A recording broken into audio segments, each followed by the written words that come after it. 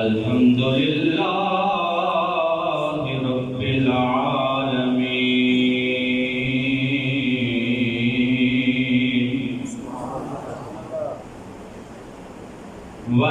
والعاقبة للمتقين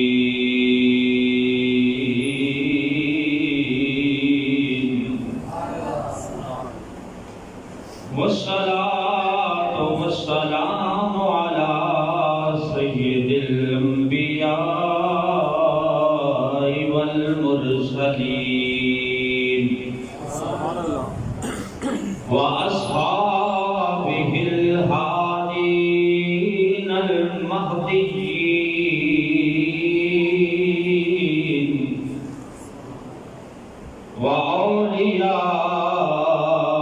وأوليائه الكاملين وعلماء ملته وأهل سنته أجمعين أما بعد فأعوذ بالله من الشيطان الرجيم بسم الله الرحمن الرحيم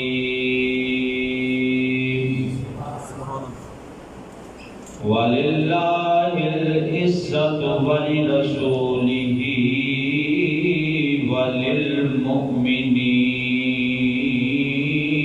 وللمؤمنين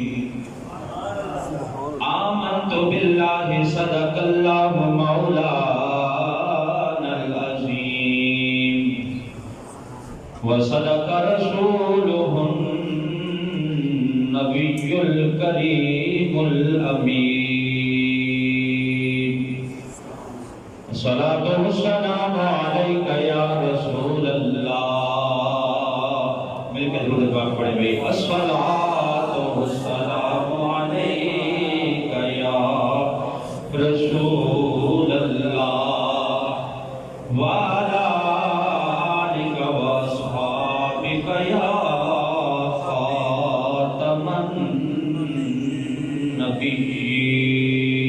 النبيين مولاي صل وسلم دائما أبدا على حبيبك خير الخلق كلهم مولاي صل وسلم دائما أبدا على حبيبك خير الخلق محمد سيد الكونين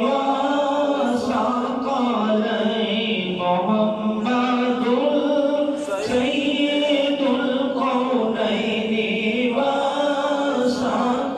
والثقلين والفريقين من عرب ومن عجم مولاي صل وسلم دائما أبدا على حبيبك خير الخلق كلهم سبحان اللہ نہایت عزت و احترام کے قابل برادران اسلام یہ صفر المظفر شریف کا مہینہ ہے اور اس مہینے میں بہت سے اولیاء کرام کے آراس یعنی عرس منعقد ہوتے ہیں. اسی مناسبت سے آج کے جمعۃ المبارک کے خطبے میں شان اولیاء پر گفت و شنید ہوگی. اللہ کے ولیوں کی شان، اللہ کے پیاروں کی شان قرآن و حدیث کی روشنی میں اس حوالے سے گزارشات پیش کی جائیں گی۔ تو جو آیہ مبارکہ تلاوت کی گئی، اس آیہ مبارکہ کے مختصر سے حصے میں اللہ نے توحید کا بھی ذکر کیا ہے، رسالت کا بھی ذکر کیا ہے، اور ساتھ ہی ساتھ ولایت کا بھی ذکر کیا ہے۔ اللہ فرماتا ہے وَلِلَّهِ الْعِزَّةُ وَلِرَسُولِهِ وَلِلْمُؤْمِنِينَ، فرمایا ساری عزتیں اللہ کے لیے ہیں، عزتوں کا خالق اور مالک اللہ ہے، عزتیں عطا کرنے والا اللہ ہے۔ ساری عزتیں، بڑائیاں، کبریائیاں اور سارے عظمت و مقام بڑے سے بڑے وہ اللہ رب العزت کے پاس ہیں۔ وَلِلَّهِ الْعِزَّةُ، کیوں کہ اللہ ہی تو ہے جو عزتوں کا خالق ہے۔ ہم الحمدللہ مسلمان ہیں، ہمارے ہاں جو بچہ پیدا ہوتا ہے ہم اس کے کان میں اذان پڑھتے ہوئے اللہ اکبر کی صدائیں بلند کرتے ہیں، گویا جب وہ پیدا ہو رہا ہے تب ہی اسے بتایا جا رہا ہے کہ اللہ سب سے بڑا ہے، اللہ سب سے بڑا ہے۔ اور جب وہ فوت ہوتا ہے تو کلمہ شہادت کی گونج میں اس کا جنازہ آخری آرامگاہ کی طرف لے جایا جا رہا ہوتا ہے، گویا تب بھی اللہ رب العزت کی وحدانیت اور کبریائی کا اعلان ہو رہا ہوتا ہے کہ اللہ ہی ہے جو زندگیاں عطا کرنے والا ہے، موت عطا کرنے والا ہے، اللہ نے ہی ہمیں یہ زمین عطا فرمائی ہے، اللہ نے سانس لینے کے لیے ہوا عطا فرمائی ہے، اللہ ہی ہے جو ہمیں ساری نعمتیں عطا کرتا ہے۔ تو لہذا سبحان ربی العظیم، سبحان ربی الاعلیٰ، بے شک عظیم اللہ ہے، اعلیٰ، بلند و بالا اور ساری عزتوں والا اللہ ہے۔ مسجدوں کی سپیکروں سے اذان کی آوازیں گونجتی ہیں، گویا وہ اللہ کی وحدانیت اور کبریائی کا اعلان ہو رہا ہوتا ہے، اور یہ بتایا جا رہا ہوتا ہے کہ اللہ عزتوں والا ہے۔ اب ساری عزتیں اللہ کی ہیں، سوال یہ پیدا ہوتا ہے کہ اللہ کسی کو عزت عطا بھی کرتا ہے یا ساری اس نے اپنے پاس رکھی ہوئی ہیں؟ ایک طبقہ وہ بھی ہے جو کہتا ہے نہیں، ساری عزتیں اللہ نے اپنے پاس رکھی ہوئی ہے، ساری مخلوقات اللہ کے سامنے مثال دیتے ہوئے وہ کہتے ہیں کہ جانور کی طرح ہے، لیکن ہم کہتے ہیں نہیں، ساری عزتیں اللہ کی ہیں، اللہ عزتوں کا مالک بھی ہے، خالق بھی ہے، اور جسے چاہتا ہے اسے عزتیں عطا بھی کر دیتا ہے، جسے چاہتا ہے اسے عزتیں عطا کرتا ہے۔ اور قرآن کی اس آیہ مبارکہ میں ہی اللہ فرماتا ہے کہ وَلِلَّهِ الْعِزَّةُ وَلِرَسُولِهِ، میں اپنے رسولوں کو بھی عزتیں عطا کر دیتا ہوں۔ رسول کو بھی اللہ رب العزت فرماتا ہے کہ میں عزتیں عطا کرنے والا ہوں۔ اللہ نے عزتوں کی تقسیم کی ہے، جمادات سے نباتات افضل ہیں، نباتات سے حیوانات افضل ہیں، توجہ بھی دوست اب آپ کی، حیوانات سے انسان افضل ہیں، انسانوں میں پھر مسلمان افضل ہیں، مسلمانوں میں اللہ کے ولی افضل ہیں، ولیوں میں تابعین افضل ہیں، تابعین میں صحابہ افضل ہیں، صحابہ کے بعد رسول افضل ہیں، اور رسولوں میں پھر اولو العزم رسول ان سے زیادہ افضل ہے۔ اور جہاں اولو العزم رسولوں کی شان عزتوں کی انتہا ہوتی ہے، وہاں سے ہمارے نبی کی عزتوں کا آغاز ہوتا ہے، وہاں سے ہمارے نبی پاک صلی اللہ علیہ وسلم کی عزتوں کی ابتدا ہوتی ہے، آغاز ہوتا ہے۔ اسی لیے اعلیٰ حضرت فرماتے ہیں کہ خلق سے اولیاء، اولیاء سے رسول، مل کے بھائی، خلق سے اولیاء، اولیاء سے رسول، سب رسولوں سے اعلیٰ ہمارا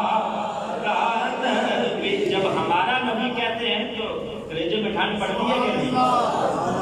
ہمارے نبی الحمدللہ اللہ کا شکر ہے کہ اللہ نے ہمیں ان کا امتی بنایا ہے. اللہ مل کے پڑھ لیں کہ سب سے اولا ہمارا نبی، سب سے بالا ہمارا نبی، دونوں عالم کا دوسرا ہمارا نبی، اپنے مولا کا پیارا ہمارا نبی. اعلیٰ حضرت نے عقیدہ بیان کیا کہ خلق سے اولیاء، اولیاء سے رسول اور رسولوں سے اعلیٰ ہمارا. تو اللہ فرماتا ہے کہ میں عزتیں اپنے رسولوں کو بھی عطا کر دیتا ہوں. آگے کیا فرمایا؟ وَلِلْمُؤْمِنِينَ، اور جو جو ان رسولوں کے قریب ہوتا چلا جاتا ہے میں اسے بھی عزتیں عطا کر دیتا ہوں. وَلِلْمُؤْمِنِينَ، فرمایا میں مومنوں کو بھی عزتیں عطا کر دیتا ہوں. اب یہاں مومنوں سے مراد اللہ کے ولی ہیں. اللہ فرماتا ہے ساری عزتیں میری ہیں، میں چاہوں تو رسولوں کو بھی عطا کر دیتا ہوں اور چاہتا ہوں تو اپنے ولیوں کو بھی عطا کر دیتا ہوں. اللہ عزتیں عطا کرتا ہے. اب عزتوں میں ایک عزت کرامت بھی ہے. کرامت بھی اللہ رب العزت نے اپنے ولیوں کو عطا فرمایا. اور الحمدللہ ہم اللہ کی قدرت کو بھی مانتے ہیں، نبیوں کے معجزے کو بھی مانتے ہیں اور ولیوں کی کرامت کو بھی مانتے ہیں. ایک عزت جو اللہ نے اپنے بندوں کو عطا فرمائی ہے وہ کرامت بھی ہے. اور اللہ نے قرآن مجید کے اندر بنی اسرائیل کے اولیاء کرام کا ذکر کیا ہے اور ان کی کرامتوں کا ذکر کیا ہے. قرآن مجید کے اندر حضرت مریم سلام اللہ علیہا جب بچے کی ولادت کا وقت قریب تھا تو کمزوری تھی اور ضعف تھا. کمزوری کے عالم میں ایک کھجور کا سوکھا ہوا تنا ہے، اس کے ساتھ ٹیک لگائے بیٹھی اور بھوک کی شدت ہے. دل میں خواہش ہے کہ اللہ رب العزت پاکیزہ رزق عطا فرمائے. تو اللہ رب العزت نے کیا فرمایا؟ حضرت مریم سلام اللہ علیہا کو قرآن کہتا ہے وَحُسِّي إِلَيْكِ بِجِزْعِ النَّخْلَةِ تُسَاقِطْ عَلَيْكِ رُطَبًا جَنِيًّا، کہ اے مریم گھبرانا، یہ جو سوکھا ہوا کھجور کا تنا ہے اس کو ذرا ہاتھ لگا. جب حضرت مریم سلام اللہ علیہا نے اسے ہاتھ لگایا وہ تنا تر و تازہ ہو گیا اور اس کے اوپر سے پکی ہوئی کھجوریں گرنے لگ گئی. اللہ نے اس کرامت کا ذکر قرآن کے اندر ذکر کیا ہے. حضرت مریم سلام اللہ علیہا کا جب بھوک کی شدت ہوئی اللہ نے فرمایا اس تنے کو ہاتھ لگایا ہاتھ تو کیا ہوا؟ تر و تازہ بھی ہو گیا. اب آپ دیہات کے ماحول سے واقف ہیں کہ کھجور کا تنا سوکھ جائے تو پھر وہ تر و تازہ ہوتا ہے یا گٹھلی سے جب پودا نکلتا ہے کتنا ٹائم لگتا ہے اسے درخت بننے میں، اور پھر کھجور کا درخت تو بہت ٹائم لیتا ہے، پھر جا کے اس کے اوپر جو ہے وہ کھجوریں لگتی ہیں. لیکن یہ اللہ رب العزت نے اپنی ولیہ کی کرامت دکھائی. اور پھر یہاں یہ بھی سوچیں کہ اللہ اگر چاہتا تو ویسے ہی نازل فرما سکتا تھا. ہاتھ کیوں لگوایا اپنی بندی سے، اپنی ولیہ سے ہاتھ کیوں لگایا؟ تو اللہ تو قادر ہے، کریم ہے، قدرتوں والا ہے. ویسے ہی کون کہتا تو اس کے اوپر کھجوریں لگ جاتی. تو مفسرین نے لکھا ہے بے شک اللہ خود تر و تازہ کھجوریں اس تنے کو لگا سکتا تھا. حضرت مریم کا ہاتھ اس لیے لگوایا ہے تاکہ مخلوق خدا کو اللہ والوں، اللہ کے بندوں اور اللہ کے ولیوں کی شان کا پتہ لگ جائے. بے شک سوکھے تنے اللہ ہی ہرے کرتا ہے، لیکن اگر کسی اللہ والے کے ہاتھ اٹھ جائیں تو پھر اللہ جلدی کرم فرما دیتا ہے.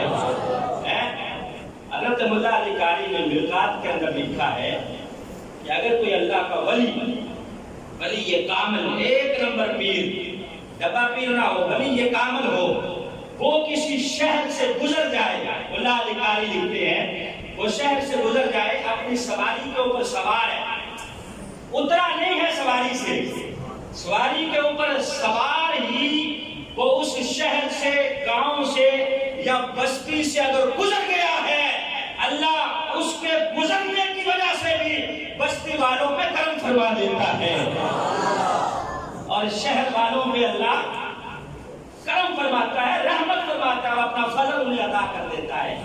اللہ علی قاری نے مرقات کے اندر لکھا ہے اگر اللہ کا ولی گزر جائے تو اللہ کرم کر دیتا ہے، اگر کسی شہر میں ڈیرا لگا لے تو پھر وہاں کرم کتنا ہوگا، کہیں اگر اللہ کے ولی کا مزار بن جائے یا خود بنفس نفیس وہاں ڈیرا لگائے تو یقیناً وہاں اللہ کی رحمتوں کا نزول ہوتا ہے۔ حدیث شریف ہے جو سیاستہ کے اندر موجود ہے، آپ نے سنی ہوگی کہ 100 بندوں کا قاتل ہے، 100 بندوں کا، نبی پاک صلی اللہ علیہ وسلم بیان فرما رہے ہیں بنی اسرائیل کا بندہ ہے، 100 بندوں کا قاتل ہے، اب چلا ہے اللہ کے ولیوں کی بستی کی طرف دعا کروانے کہ وہ ولی ہاتھ اٹھا دے، دعا کر دے تو اللہ مجھے بخش دے، راستے میں مر گیا، فوت ہو گیا، اب آگئے فرشتے، دوزخ والے بھی جنت والے بھی، دوزخ والے کہتے ہیں ہم لے کے جائیں گے، 100 بندوں کا قاتل ہے، جنت والے کہتے ہیں ہم لے کے جائیں گے، اللہ رب العزت نے فرمایا زمین ناپ لو، اگر اس نے اللہ والوں کی بستی کی طرف سفر زیادہ طے کر لیا ہے، اللہ والوں کی بستی جہاں یہ بنا ہے اگر اس کے قریب ہے تو جنت والے لے جائیں، اگر اس کی اپنی بستی قریب ہے تو جہنم والے لے جائیں۔ میں نے کہا اگر ولی گزر جائے تو برکتیں ہوتی ہیں، اگر ڈیرا کہیں لگا ہوا ہو تو ہمیں ناپی جائے زمین۔ اب اسی نے یہاں یہ لکھا ہے کہ اس نے سفر ابھی کم طے کیا تھا، اللہ والوں کی بستی دور تھی لیکن اللہ نے زمین کو حکم دیا کہ سمٹ جا، سمٹ جا، کیونکہ یہ توبہ کر کے چل پڑا تھا میرے بندوں کی طرف۔ جب زمین ناپی گئی تو اللہ والوں کی بستی قریب تھی، جنتی فرشتوں کو حکم ہوا لے جاؤ، اب یاد رہا تو زمین نبوا کے کیوں جنت عطا کر رہا ہے، ویسے ہی عطا کر دیتا، بخشنے والا تو ہے، تجھ سے کوئی پوچھنے والا نہیں، کوئی تجھ سے پوچھ نہیں سکتا، یہ زمین نے نبوات کو آ کے فاصلے کم کر کر کے جنتیں کیوں عطا کر رہا ہے، تو یقیناً جواب یہی آئے گا کہ میں ویسے بھی بخش سکتا ہوں، اس طرح زمین نبوا کے میں اپنے ولیوں کی شان ظاہر کرنا چاہتا ہوں، کہ جہاں ان کا ڈیرا لگ جائے، جس شہر میں وہ پڑاؤ کر لیں، جس شہر میں ان کا بازار بن جائے، یقیناً وہ بستی اور شہر میں عام نہیں رہتا بلکہ اس کے اوپر بھی اللہ کی رحمتوں کے نزول ہوتے رہتے ہیں۔ تو یہ کیا ہے؟ عزت ہے جو اللہ نے اپنے بندوں اور ولیوں کو عطا کر رکھی ہے۔ بعض لوگ کہتے ہیں کہ ہم کیوں ولیوں کی عزت کریں، وہ بھی ہمارے جیسے ہی ہیں، جیسے ہم ہیں ویسے ہی وہ ہیں۔ تو یہاں ایک بڑی پیاری بات، بہت پیاری بات مثنوی شریف کے اندر مولانا روم نے لکھی ہے، وہ کہتے ہیں کہ یہ بتاؤ کہ پتھر افضل ہے یا انسان؟ آپ بتائیں کہ پتھر افضل ہے یا انسان؟ انسان افضل ہے نا، یقیناً انسان افضل ہے۔ اچھا، اب کعبۃ اللہ جو اللہ کا گھر ہے اس کی جو دیواریں بنی ہوئی ہیں وہ پتھر کی بنی ہوئی ہیں یقیناً، لیکن انسان افضل ہونے کے باوجود اس پتھر کی دیواروں کو چوم رہا ہوتا ہے اور اس کا طواف کر رہا ہوتا ہے۔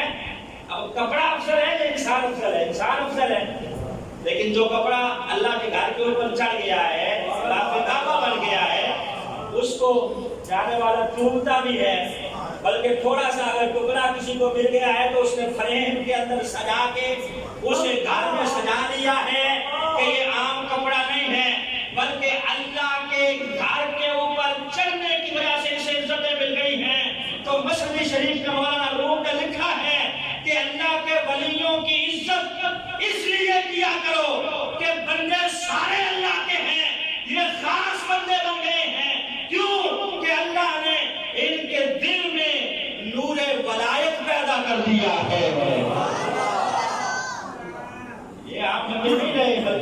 ولی اللہ بن گئے ہیں۔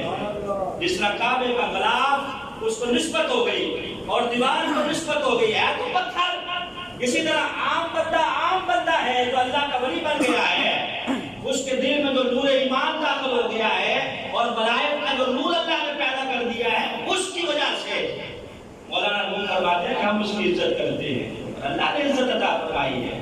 سورہ کہف آگے دیکھیں، اصحاب کہف کا ذکر موجود ہے۔ اصحاب کہف جس غار کے اندر سوئے ہوئے ہیں، اور کتنا عرصہ سوئے رہے، 3 صدیاں سوئے رہے۔ اللہ نے سورج کے غروب اور طلوع ہونے کے راستے بھی بدل دیے۔ کیوں؟ کہ جب سورج طلوع ہوتا تھا نا، دھوپ اس غار کے اندر پڑتی تھی۔ اللہ نے کہا یہاں میرے بندے سوئے ہوئے ہیں، ذرا تھوڑا سا کنجی کترا کے جایا کر تاکہ دھوپ نہ پڑے اور ان کی نیند میں خلل نہ آئے۔ کتنے سال اللہ نے راستے بدلے رکھے، 300 سال۔ سورہ کہف پہ اٹھا کے دیکھیں، 300 سال اللہ رب العزت نے راستے بدلے رکھے کہ یہاں میرے بندے سوئے ہوئے ہیں، میرے ولی سوئے ہوئے ہیں، دھوپ کی وجہ سے کہیں ان کے آرام میں خلل نہ آئے۔ یا اللہ کیوں ایسا کیا ہے؟ ان کے ساتھ کوئی رشتہ داری تھی؟ نہیں، کیونکہ لم یلد ولم یولد، اللہ وہ ہے، نہ اس کا کوئی بیٹا ہے، نہ کسی نے اسے جنا ہے۔ رشتہ داریاں اس کی کسی کے ساتھ نہیں ہے، تو کیوں ان کا خیال رکھا جا رہا ہے؟ 3 صدیاں اللہ رب العزت نے ان کا خیال کیوں رکھا؟ یحبہم ویحبونہ، اس لیے کہ وہ اللہ سے پیار کرتے تھے، اللہ ان سے پیار کرتا تھا۔ وہ اللہ کے ولی تھے، ولایت کے تاجدار تھے۔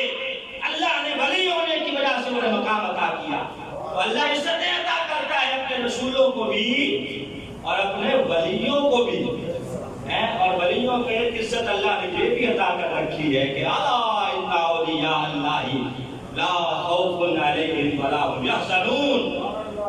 ان کی ایک عزت یہ بھی ہے کہ انہیں نہ خوف ہوگا نہ غم ہوگا، نہ خوف ہوگا نہ غم۔ اب خوف پہلے ہوتا ہے، غم بعد میں ہوتا ہے۔ توجہ بھائی، یہ میرا رومال ہے، میری ذاتی چیز ہے، مجھے خوف ہے کہ کہیں کوئی لے نہ جائے، چرا نہ لے۔ مثال کے طور پہ اگر کوئی خدا نخواستہ لے گیا تو اب مجھے غم ہوگا کہ میرے پاس ہی رہتا، کوئی نہ لے کے جاتا۔ پہلے خوف تھا کہ کوئی لے نہ جائے، اب غم ہے کہ میرے پاس ہی رہتا، کوئی نہ لے کے جاتا تو چلو میرے کام آتا۔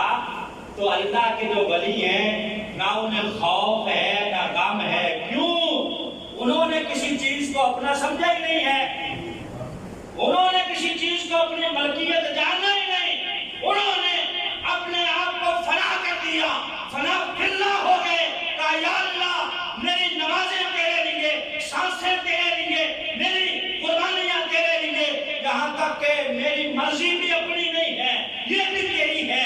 لہذا جب انہوں نے سارا کچھ اللہ رب العزت کے لیے رکھ کے اپنی ہستی کو مٹا دیا تو اللہ نے قیامت تک کے لیے انہیں زندہ کر دیا۔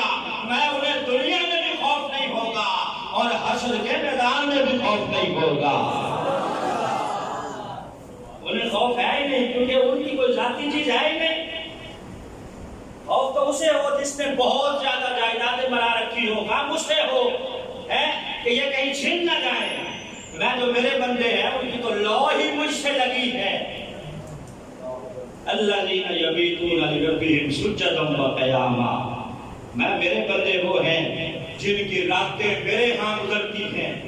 اللہ فرماتا ہے کس طرح گزرتی ہیں؟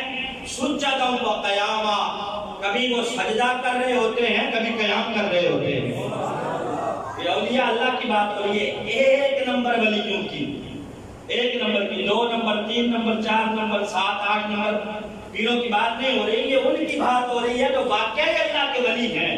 اولیاء اللہ ہیں، اولیاء اس شیاطین نہیں ہیں کہ جو خود بھی نماز سے دور ہیں، مریدوں کو بھی پرواہ نہیں ہے، صرف فکر ہے تو وہ گلے کی فکر ہے جس میں نذرانہ جاتا ہے، وہ نہیں، ان کی بات نہیں ہو رہی۔ 1 نمبر پیروں کی، ان پیروں کا ذکر ہو رہا ہے کہ وہ ہیں جن کی راتیں میرے ہاں گزرتی ہے۔ اور حضرت غوث اعظم فرماتے ہیں جنہیں اللہ ولی بناتا ہے تو ان کے اوپر کرم یہ فرماتا ہے کہ کن کی پاور، کن کا مطلب ہے ہو جا، اللہ انہیں کن کی پاور عطا فرماتا ہے۔ کن اللہ فرماتا ہے کن ہو جا، فیکون تو چیزیں ہو جاتی ہیں۔ حضور غوث اعظم فرماتے ہیں کہ جب اللہ کسی کو اپنا محبوب بناتا ہے تو پھر اسے کن کی پاور عطا فرماتا ہے۔ مثال کے طور پر حضرت غوث اعظم رحمۃ اللہ علیہ کے پاس ایک بڑھیا نے اپنا بچہ داخل کروا دیا کہ اس بچے کو پڑھائیں۔ آپ نے کہا ٹھیک ہے اسے چھوڑ جاؤ خانقاہ پر، کبھی کبھی آتے رہنا، آ کے اس کی خبر گیری کرتی رہنا۔ اب کچھ دنوں کے بعد وہ بڑھیا آئی، اس نے دیکھا کہ اس کا بیٹا بالکل کمزور ہوا ہے، کمزور۔ حضور غوث اعظم رحمۃ اللہ علیہ کو دیکھا تو آپ مرغ کھا رہے ہیں، بنا ہوا مرغ ہے وہ کھا رہے ہیں، اور بچے کو دیکھا تو وہ سوکھی روٹیاں کھا رہا ہے، کمزور ہوا ہے۔ آ کے کہنے لگے ہائے ہائے پیر صاحب سے، میرا بچہ اتنا کمزور ہو گیا ہے، میں نے تو اس لیے چھوڑا تھا کہ یہاں لنگر کھائے گا، صحت بھی اچھی رہے گی، پڑھے گا بھی، یہ تو کمزور ہوتا جا رہا ہے۔ آپ نے کہا بیٹھ جا، بٹھایا۔ آپ نے کھا کے جو ہڈیاں رکھی ہوئی تھی ان ہڈیوں پہ ہاتھ رکھ کے کہا کن۔ جیسے کن کہا وہ مرغ زندہ ہو کے پھڑپھڑانے لگا، پھڑپھڑانے لگا۔ فرمایا تیرا بچہ جب اس مقام پہ پہنچ جائے گا تو وہ بھی جو مرضی آئے کھائے گا، ابھی اس کا یہ مقام نہیں ہوا۔ تو بہرحال فرمایا جسے اللہ طاقت عطا فرماتا ہے نا، جسے اللہ ولی بناتا ہے، اسے کن کی پاور دے دیتا ہے۔ پھر نبی پاک صلی اللہ علیہ وسلم کی حدیث پاک بھی یہاں سیاستہ کی اور بخاری شریف کے اندر موجود ہے، کوٹ کرتا جاؤں، حدیث قدسی ہے۔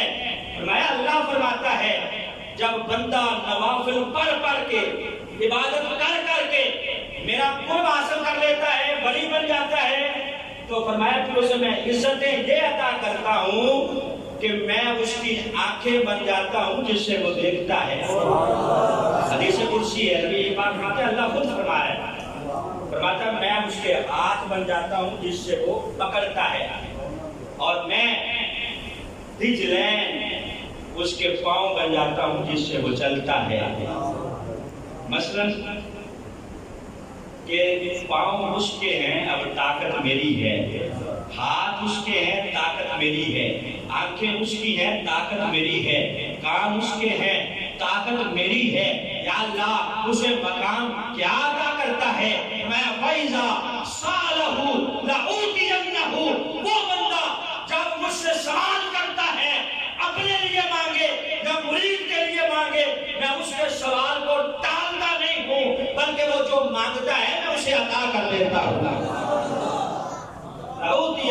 جو اس نے مانگا ہے اسے دے دیا جاتا ہے، اسے عطا کر دیا جاتا ہے، کیونکہ اس نے میرا قرب حاصل کر لیا ہے، اس نے ولایت کا وہ مقام پا لیا ہے کہ اب یہاں جو بھی یہ اللہ رب العزت کی بارگاہ میں مانگتا ہے۔ نبی پاک صلی اللہ علیہ وسلم نے فرمایا بعض اللہ کے ولی ایسے ہوتے ہیں بکھرے ہوئے بال ہوتے ہیں، حالت پتلی ہوتی ہے، پھٹے ہوئے کپڑے ہوتے ہیں، لیکن اللہ کے ہاں ان کا مقام یہ ہوتا ہے وہ اگر کہہ دے نا کہ یا اللہ بارش برسا دے تو اللہ ان کی ٹالتا نہیں ہے بلکہ بارش کا نزول فرما دیتا ہے۔ نبی یہ پاک فرماتے ہیں کہ ایسے ایسے بندے بھی ہیں بظاہر حالت پتلی ہے لیکن اللہ کے ہاں مقام یہ ہے کہ اگر وہ اللہ رب العزت کی بارگاہ میں سوال کے لیے ہاتھ اٹھا دیں تو اللہ رب العزت ان کے اٹھے ہوئے ہاتھوں کی لاج رکھتے ہوئے ان کی دعا کو قبول فرماتا ہے، بشرطے کہ ولی ایک نمبر ہو۔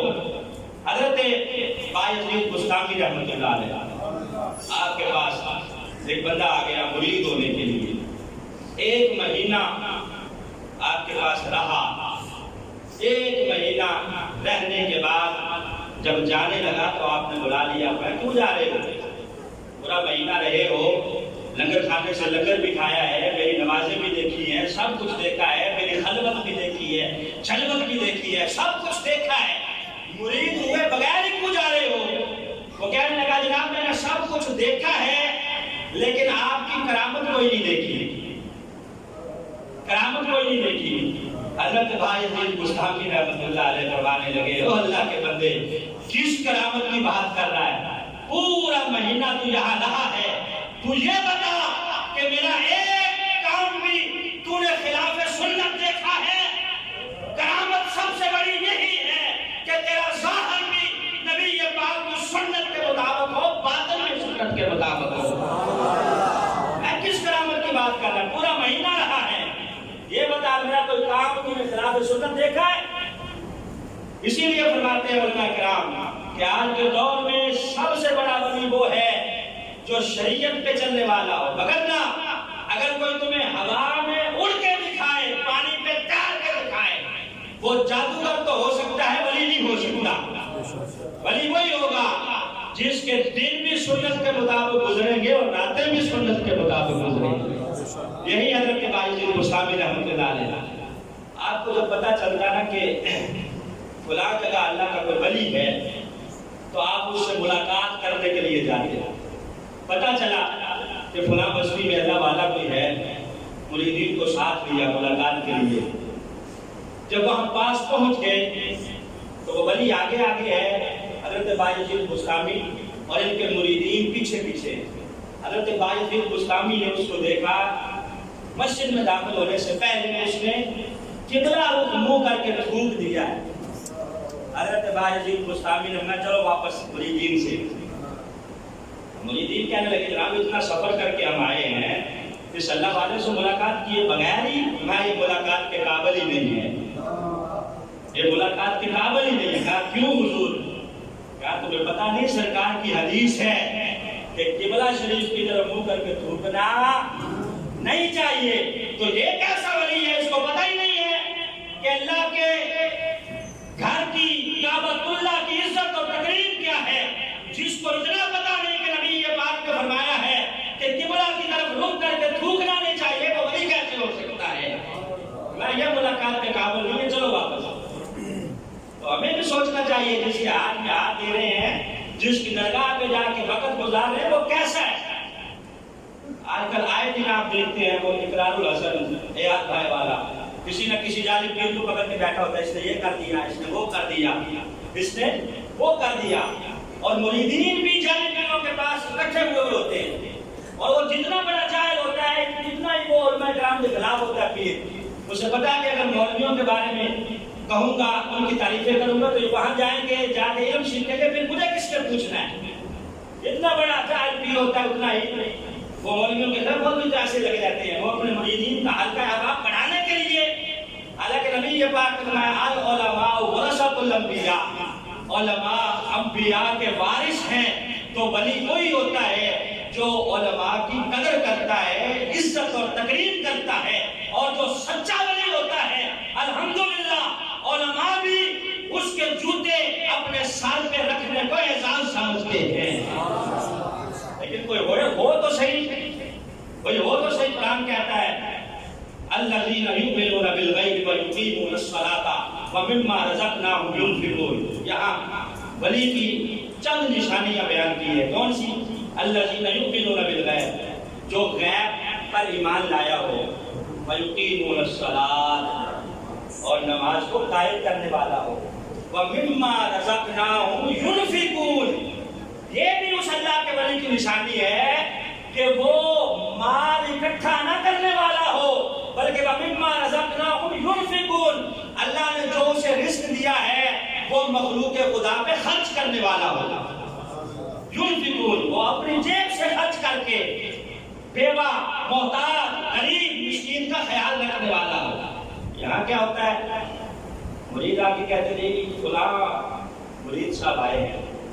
کون سے مرید صاحب؟ وہ جی جس کے پاس پجارو ہے، پجارو والے بڑی، وہ گاڑی بڑی ہے، اس نے بھری ہوئی ہے فروٹ کے ساتھ۔ پیر صاحب بھی کہتے ہیں کہ اس کو سیدھا ہی اندر آنے دو، وہ مال شال سارا اتار کے سیدھا ہی اندر۔ ساتھ ہی کوئی مرید آ کے کہہ دیتا ہے کہ وہ فلاں غریب بندہ بھی آیا ہے، اچھا وہ گما، اسے کو بار برانڈے میں بیٹھ کر 1.25 لاکھ مرتبہ کلمہ شریف پڑھے، جو مال لے کے ہے وہ سیدھا ہی اندر۔ جو بیچارہ غریب بندہ وہ برآمدے میں بٹھا کے 300 یا 1.25 لاکھ مرتبہ کلمہ شریف پڑھتے پڑھتے بیچارہ ویسے ہی مر جائے گا۔ اس کو تو آخری وقت میں کلمہ نصیب ہو گیا، اس پیر کا کیا بنے گا؟ یہ پیری مریدی نہیں ہے کہ جو مال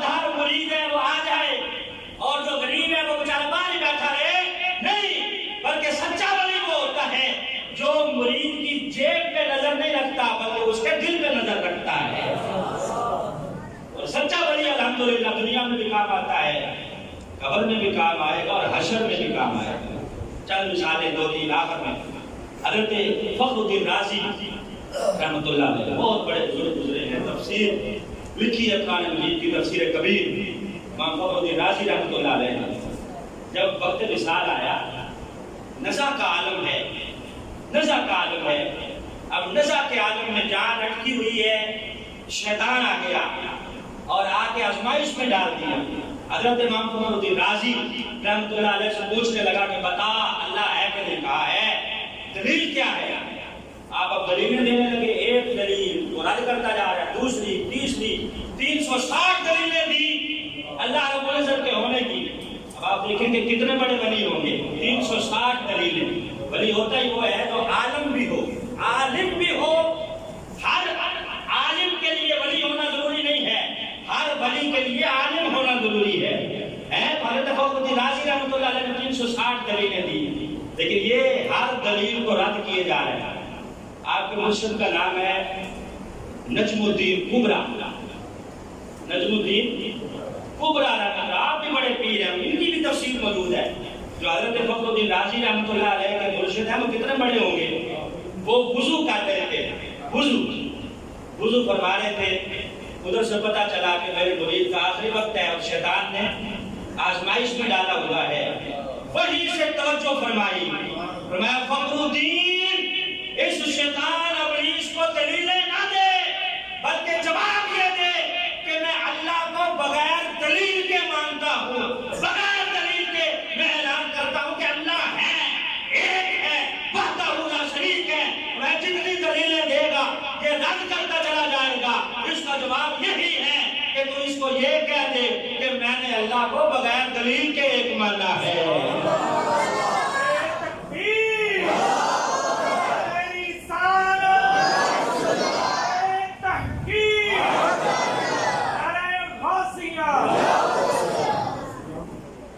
تو وہ ہے نا جو کام آئے، وقت نزع آخری وقت ہے۔ نجم الدین کبرا رحمۃ اللہ علیہ نے وہاں سے توجہ فرما کے بولا یہ جواب دو۔ ایک اور بات یاد کرتا چلو، ایک گڑیا ہے چرخہ کاٹ رہی ہے، وہ اپنا چرخہ چلا چلا کے ایک فلسفی آ گیا، آگے گڑیا سے کہنے لگا بی بی اللہ ہے؟ اس نے کہا ہاں ہے۔ کہا دلیل کیا ہے؟ کہا یہ میرا چرخہ دلیل ہے۔ کہا یہ تیرا چرخہ دلیل ہے؟ کہا ہاں۔ چرخہ چھوڑ کے اب پیچھے کو بیٹھ گئی، کہا میں اس کو چلا نہیں رہی، اب یہ چل رہا ہے؟ کہا نہیں۔ کہا یہ چھوٹا سا چرخہ میرے چلائے بغیر نہیں چل رہا، تو اتنی بڑی کائنات کسی کے چلانے کے بغیر چل رہی ہوگی؟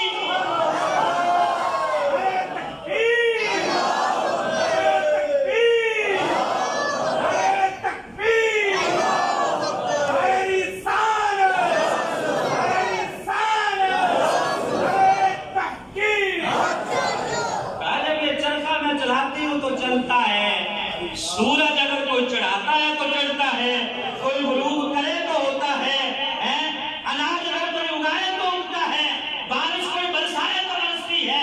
لہذا اگر یہ چھوٹا سا چرخہ بغیر چلائے نہیں چل سکتا، ساری کائنات بھی اللہ کے حکم سے بغیر نہیں چل سکتی۔ یہ دلیل ہے کہ اللہ ہے۔ اس کا ہے کہاں؟ اچھا بتا ایک ہے کہ دو ہے؟ بی بی نے کہا ایک ہے۔ کہا اس کی دلیل کیا؟ وہ بھی میرا چرخہ۔ اچھا وہ کس طرح؟ وہ چرخے کی مٹھ دی نا، جسے پکڑ کے وہ چلا رہی، جس کو وہ ہتھی کہہ رہے ہیں، دستی یا مٹھ، ایک طرف سے اس نے پکڑ لیا، کہا دوسری طرف سے اب تو پکڑ، ہم دونوں اس کو چلائیں۔ اب گڑیا ادھر کو زور لگا رہی ہے اور وہ فلسفی ادھر کو لگا رہے ہیں، نتیجہ کیا نکلا؟ وہ مٹھ ٹوٹ کے ہاتھ میں آ گیا۔ اب بتا، دو خدا ہو تو جھگڑا نہ ہوتا رہے، ایک کہے میں نے سورج نکالنا ہے، دوسرا کہے نہیں میں نے غروب کرنا ہے، ایک کہے میں نے بارش برسانی ہے، دوسرا کہے نہیں آج دھوپ نکالنی ہے۔ کہا جس طرح یہ چرخہ بھی ایک ہی بندہ چلائے تو چلتا ہے، کائنات کو بھی چلانے والا ایک ہی خدا ہے۔ بلکہ علامہ اقبال نے تو اس سے بھی آگے کی بات کی، اس نے کہا اگر کوئی پوچھے کہ خدا ہے اس کی دلیل کیا ہے، اسے کہا کرو اس کی دلیل یہ ہے کہ ہمیں ہمارے آقا نے بتایا ہے، لہذا سرکار نے کہہ دیا، ہم نے مان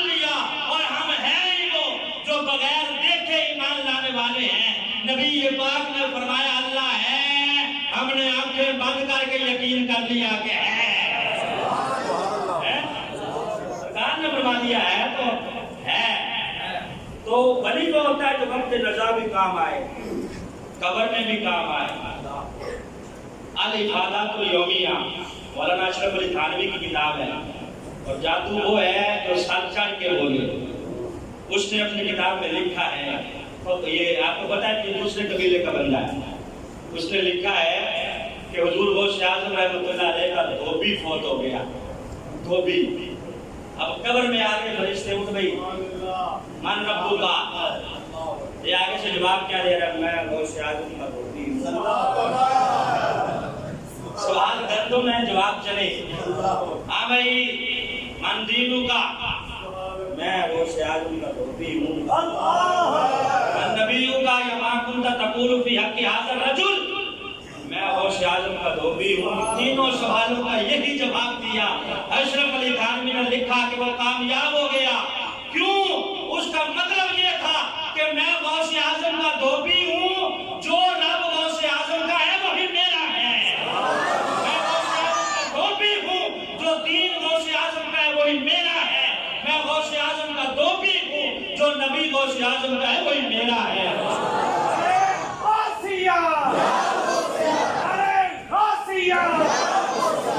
حشر میں اللہ کا ولی جو ایک نمبر ہے، دو نمبر کی بات نہیں کر رہا، جو ایک نمبر ہے، ڈبہ پیر کی بات نہیں ہے بھائی، نذرانے بٹورنے والے کی بات نہیں ہے، جیبوں میں ہاتھ رکھنے والے کی بات نہیں ہے، اس کی بات ہے جس کی راتیں بھی اللہ کے ہاں گزرتی ہیں، دل بھی اللہ کے ہاں گزرتے ہیں۔ نبی یہ بات نے فرمایا قیامت کا دن ہوگا، حساب کتاب ہو چکا ہوگا، اب جنتیوں کی لائن لگی ہوگی، ادھر دوستی بھی کھڑے ہوں گے، ان جنتیوں میں ایک اللہ کا ولی بھی ہوگا، ادھر دوستیوں میں ایک بندہ کھڑا، یہ حدیث بھی بیان کر رہا ہوں، کوئی قصہ اور کہانی نہیں ہے۔ وہ جو بندہ دوستیوں میں کھڑا ہے وہ اس اللہ کے ولی کو پہچان لے گا، اب اس کے پاس آ جائے گا، اللہ رب العزت کے سارا منظر دیکھ رہا ہے۔ وہ جس نے پہچان دیا ہے گناہگار نے، اس ولی کو آگے اس سے کہے گا ہیلو مجھے پہچانا کہ نہیں؟ وہ اللہ کے ولی کہے گا یار میں نے تو نہیں پہچانا۔ اب یہ خود اپنا کارم کروائے گا، یاد نہیں ہے تم فلاں دن میرے گھر آئے تھے، میں نے تمہیں وضو کروایا تھا، تم فلاں دن میرے گھر آئے تھے، میں نے تمہیں پانی پلایا تھا۔ اب یہ اللہ کا ولی پہچان، ہاں یار میں نے تمہیں پہچان لیا۔ اب پہچان لیا تو پھر کلے کلے پہچان جو لیا ہے تو اب جنت میں اکیلے ہی، ہمارا کوئی خیال نہیں۔ اب اللہ رب العزت کو منظر دیکھتے ہوئے فرمائے گا اس اللہ کے ولی سے کہ واقعی اس نے دنیا میں تمہارے ساتھ نیکی کی تھی؟ وہ کہے گا ہاں یا اللہ اس نے کی تھی، میں اس کے گھر گیا تھا، اس نے مجھے وضو کروایا، میں اس کے گھر گیا، اس نے مجھے پانی پلایا، اس نے میرے لیے بہترین بستر بچھایا، کھانا کھلایا۔ تو اللہ فرمائے گا لجپالی کا تقاضا یہی ہے، اس کا ہاتھ پکڑ کے اپنے ساتھ جنت